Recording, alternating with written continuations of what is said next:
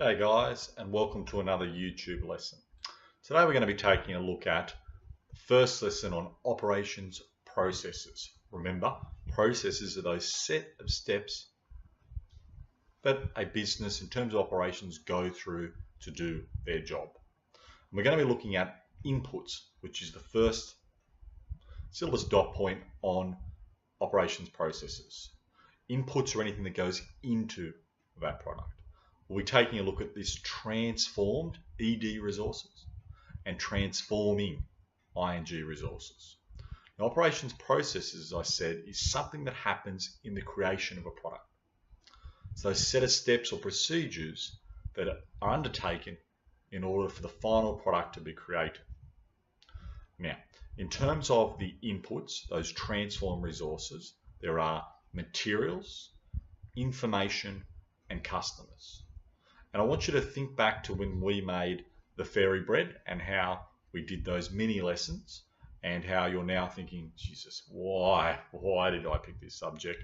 Why did I get suckered in by the fairy bread? Well, you did, too late. Can't drop it. In terms of the fairy bread we made, there were both transformed ED, transformed resources, and transform ING resources, those agents of change. Right, and we talk about with the fairy bread, you've got the physical bread, the sprinkles, the butter. They were the transformed resources. The person as well was the transformed resource. It was their customer or quality expectations that guided how we made the fairy bread too. Also, when we're talking about the agents of change, those transforming resources, they were the plates, the knife, if you're lucky enough to have some napkins and they weren't all used, they are all the facilities and they're agents of change. The workers putting together the fairy bread, which hopefully were students in your class that washed their hands, probably not though, they were also part of those transforming resources. Now, let's go through each of these transformed and transforming resources. You, as always, need to make sure you yourself get what each mean. Now, transformed resources. These are inputs, no crap, it's part of the syllabus, that are changed, manipulated, converted into something else, such as a component or a finished good or services. They're changed, manipulated by the transforming resources, which includes labour, HR, and capital, okay, which is facilities in the syllabus. Now there's 3 transform resources. Let's test you and see if you can remember those 3. First one starts with M, materials. You got that? Well done.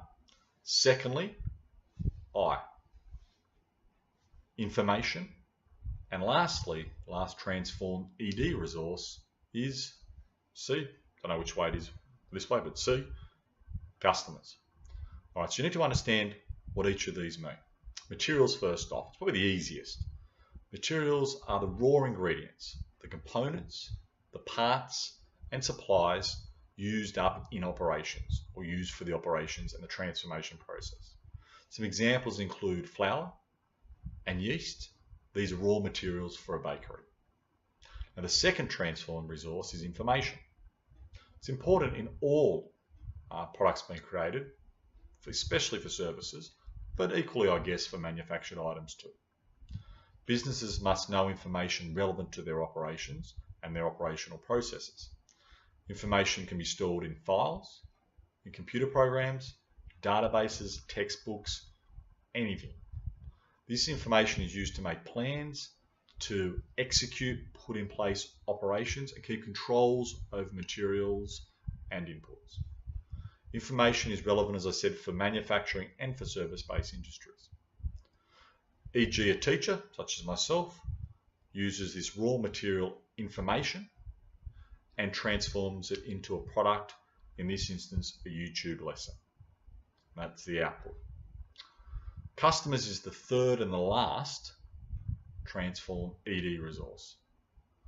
Customers are also very important in this process. Now, in terms of customers, most people sort of think of them as outputs. They're the people buying the product. You know, they're the ones who are, you know, going to purchase that product. They're part of the output process, aren't they? It seems odd, weird to think of them as part of these transform resources. Now, customers, however, become transform resources through the choices they make, which shape the inputs.